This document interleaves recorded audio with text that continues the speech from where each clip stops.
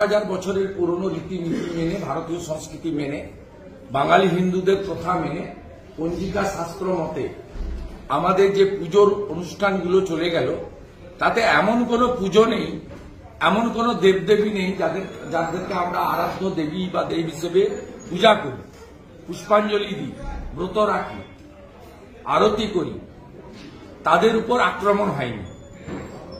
আজকে সকালেও বীরভূম জেলার পুরন্দরপুরে বজরংবলীর মূর্তি ভাঙা হয়েছে, মন্দির ভাঙা হয়েছে।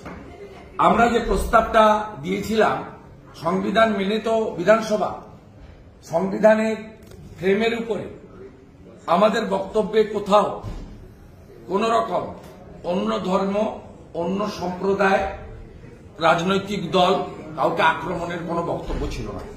আমাদের যে প্রস্তাব ছিল সেটাতে পড়ে দিচ্ছি আপনাদের। এই প্রস্তাবটুকুও পাঠ করতে দেননি। এখানে হিন্দু বিরোধী সরকার চলছে এবং দুর্ভাগ্যজনক হলেও সত্যি যে হিন্দুদের একটা বড় অংশ বিজেপিকে ভোট দিল, এখনো একটা ভালো সংখ্যক অংশ তারা তৃণমূল কংগ্রেসকে সমর্থন করে। আমি সেই তৃণমূল কংগ্রেসকে ভোট দেওয়া হিন্দুদের কাছে প্রশ্ন করতে চাই যে কাদের আপনারা পাঠিয়েছেন। অধ্যক্ষ বিমান বন্দ্যোপাধ্যায় তিনি আমাদের এইটা পড়তে দেননি। এই লেখাটা আমি আপনাদেরকে পড়ে দিচ্ছি, আমার সোশ্যাল মিডিয়াতেও আমি পোস্ট করব।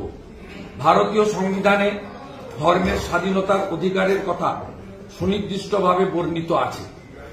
Right two freedom of religion, article 25 to 28, 25, 26, 27 এবং 28 ধারায় যা এই রাজ্যে লঙ্ঘিত হচ্ছে বারবার, যেমন ফালাকাটা, গার্ডেন রিচ, শ্যামপুর, রাজাবাজার, নোদাখালী, বেলডাঙ্গা প্রভৃতি স্থানে একটি বিশেষ সম্প্রদায় দুষ্কৃতকারীগণ হিন্দু ধর্মের বিভিন্ন ধর্মানুষ্ঠানে বিভিন্নভাবে বাধা প্রয়োগ করছে। সংবিধান বিরোধী এই ধরনের হানাহানি, অগ্নিসংযোগ, দেবদেবীর মূর্তি ভাঙা প্রভৃতি বন্ধ করার ক্ষেত্রে রাজ্য সরকার কোনরূপ ব্যবস্থা গ্রহণে সম্পূর্ণরূপে ব্যর্থ। এই সভা সদনের সমস্ত কাজ মুলতুবি রেখে উক্ত বিষয়ে আলোচনার দাবি জানাচ্ছে।